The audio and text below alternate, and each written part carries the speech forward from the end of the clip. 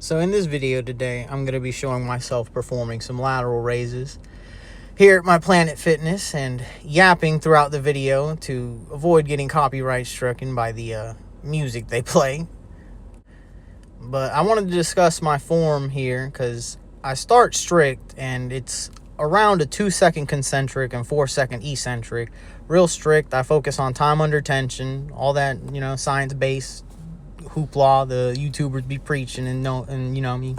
But I really wanted to show what I would consider Arthur Jones meant by intensity, because I'll see people, loading up 4 plates on a side on a leg press, you know what I'm saying, and giving it their heart's all, but they'll go off the leg press and they're not even winded, you know what I'm saying. I think intensity has to do with how fatigued you get the localized muscle you're trying to work. It should be seen as that. And there's many ways to skin a cat.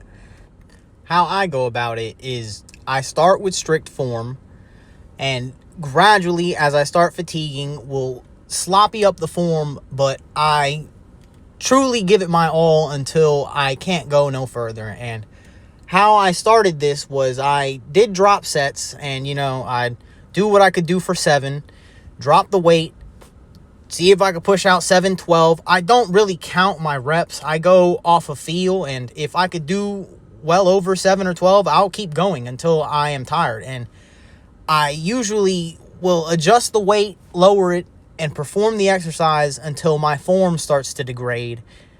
And I'll push out a couple, maybe 5 sloppy reps. But I really focus on doing a full range of motion throughout the exercise. I do usually about 2 seconds on the concentric, 4 seconds on the eccentric. You're stronger on the eccentric, so the goal should be to fail on the eccentric phase of the exercise. You really know you failed when that part you failed. On a preacher curl, you can't lift it anymore. You think you failed. You're not there. If you had a friend there to help you lift the weight and he told you to slowly lower it and control it on the way down, I'm sure you could get another 3 or 4 out of you, And if you had a friend, that'd be great. I heard, back in the day, the old Nautilus machines would have pedals and they would assist you on the concentrics of the exercises. But I guess, they've gone cheap now with the new machines. But you do what you got to do to get where you got to go, And where we're trying to go is to true failure town.